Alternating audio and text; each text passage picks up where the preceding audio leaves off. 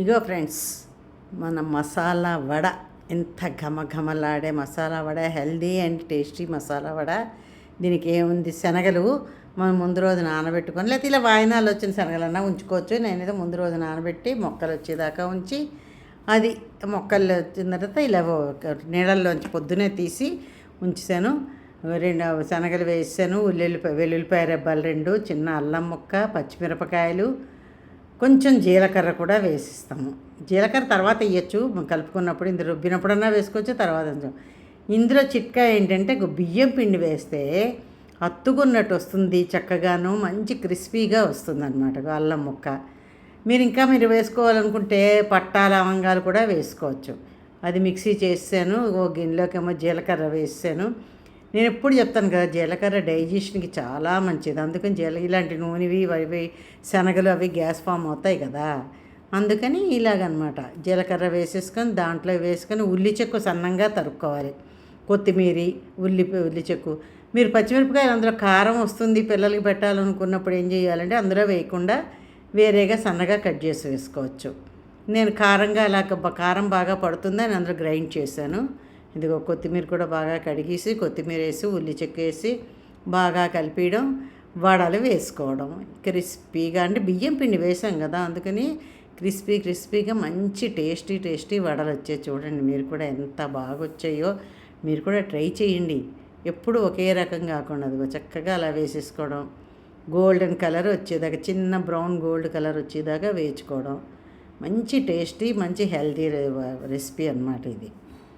ఓకేనా ఫ్రెండ్స్, మీరు ఎవరైనా ఇలా చేస్తారా చెప్పండి. అసలు చేస్తే ఎవరైనా కామెంట్లో పెట్టండి. ఇలా మీరు ఇంకా ఎలా చేస్తారో కూడా కామెంట్లో పెట్టండి. మనం నూనె కొంచెం మూకుడులో ఎక్కువ పెట్టుకుంటే బాగా వేగుతుంది. అది కొంచెం పెట్టుకున్నాం అనుకోండి అడుగంటేస్తాయి కదా, అది ఉండదు. ఇలాగ మంచి కలర్ చూసారా, ఎంత మంచి కలర్ వచ్చిందని. మంచి కలర్ వచ్చి ఎంత కలర్ బాగుందో, ఎంత ఈజీగా ఉందో అంత టేస్టీగాను ఉంది. ఎవరున్నా నా ఛానల్ ఫస్ట్ టైం చూస్తున్న వాళ్ళు తప్పకుండా లైక్, షేర్, సబ్స్క్రైబ్ చేయండి ఫ్రెండ్స్.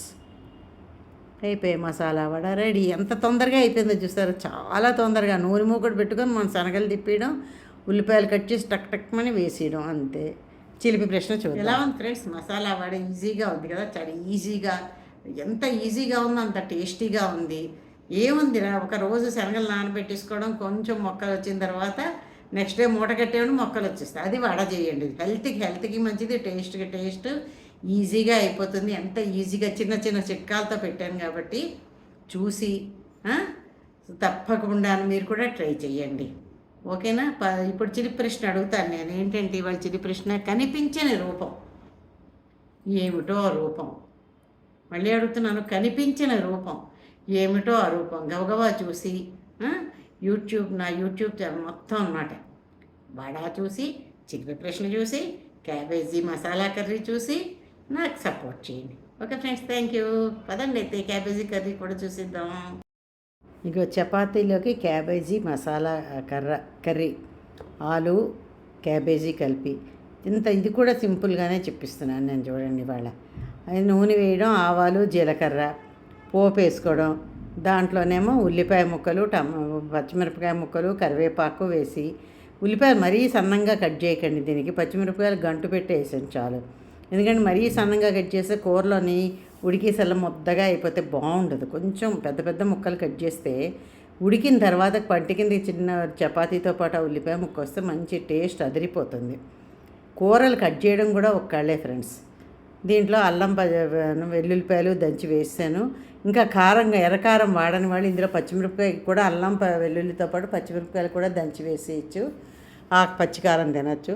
అవి కొంచెం వేగిన తర్వాత అల్లం వెల్లుల్లి వాసన పచ్చి వాసన పోయేగా టమాటాలు వేసిద్దాం.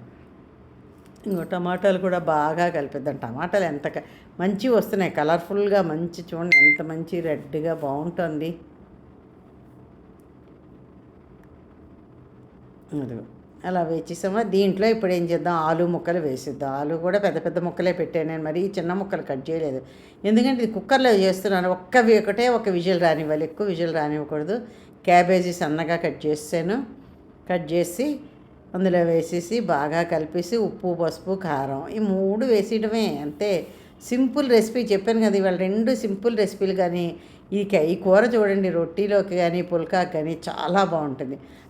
వాటికన్నా కూడా చపాతీకి కానీ పుల్కాకి కానీ చాలా మంచి టేస్ట్ వస్తుంది.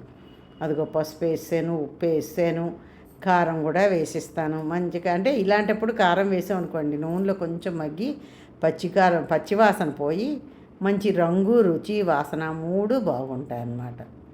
ఓకేనా? చూడండి ఎంత బాగుందని. కూర కలర్ఫుల్గా రెడ్, ఎల్లో, వైటు మంచి. ఇప్పుడే కూడా కూరకు కూడా మనం కలర్ఫుల్గా చేసుకుంటే మంచి టేస్ట్ ఉంటుంది ఫ్రెండ్స్. వేసింది కొంచెం నీళ్ళు పోసేయడం, కుక్కర్ మూత పెట్టడం, ఒక్క విజిల్. ఎక్కువ విజిల్స్ మటుకు రానివ్వకండి, ముద్ద అయిపోతే మరీ పేస్ట్లా ఉంటే కూర బాగుండదు. అందుకే ముక్కలు కూడా నేను పెద్దవే తరుక్కోమన్నాను కదా. క్యాబేజీ ఒకటే సన్నంగానే, మిగిలిన ముక్కలు పెద్దవే కట్ చేసాను నేను కూడా. అవన్నీ కొంచెం నీళ్ళు పోయడం, ఎక్కువ నీళ్ళు కూడా అక్కర్లేదు. దీన్ని పిండి పెట్టడం కానీ ఇంకా మసాలాలు పెట్టడం కానీ ఏం ఉండదు. కొంచెం నీళ్ళు పోసేయడం, మూత పెట్టేయడం, ఒక్క విజిల్ రానివ్వడం, అంతే. అయిపోయింది. ఒక విజిల్ వచ్చింది. కూర చూసారా అలా ఉడుకుతున్నప్పుడు చూడాలి కొంచెం ఉడికిందా లేదా గరిటతో.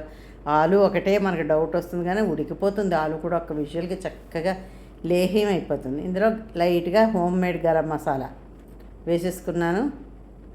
అందుకని మీకు అప్పుడు చూపించాను కదా, గరం మసాలాను పొడి చేసుకొని సీసాలో వేసుకున్నాను. సీసా చూపిస్తున్నాను అనమాట. హోమ్ మేడ్ గరం మసాలా వేసుకోవడం అయిపోయింది curry. Okay friends, thank you. ఇదిగో ఫ్రెండ్స్, సండే స్పెషల్ జవాబులు ఏంటి తెలిసిన. ఫస్ట్ క్వశ్చన్ ఏంటి అడిగాను, పాడలేని రాగం ఏమిటి? అనురాగం. రెండవది చెల్లించలేని వెల, కోవెల. ఆ 2 చిలి ప్రశ్నలు. మూడోది చెల్లని కాసు, తిరకాసు. నాలుగోది మండని కారం, ఆకారం. ఫ్రెండ్స్, ఎలా ఉంది ఈ జవాబులు? కరెక్ట్గా ఉన్నాయి కదా? అందరివి పెట్టిన వాళ్ళందరూ చాలామంది పెట్టారు కరెక్ట్గాను. పెట్టిన వాళ్ళందరికీ చాలా చాలా థ్యాంక్స్. ఈ పొడుపు కథలు బాగున్నాయి కదా, ఇలా సండే కంటిన్యూ చేద్దామా? మీరందరూ రిప్లై పెట్టండి, ఇప్పుడు దాన్ని బట్టి మనం చేసుకుందాం. Okay friends, thank you.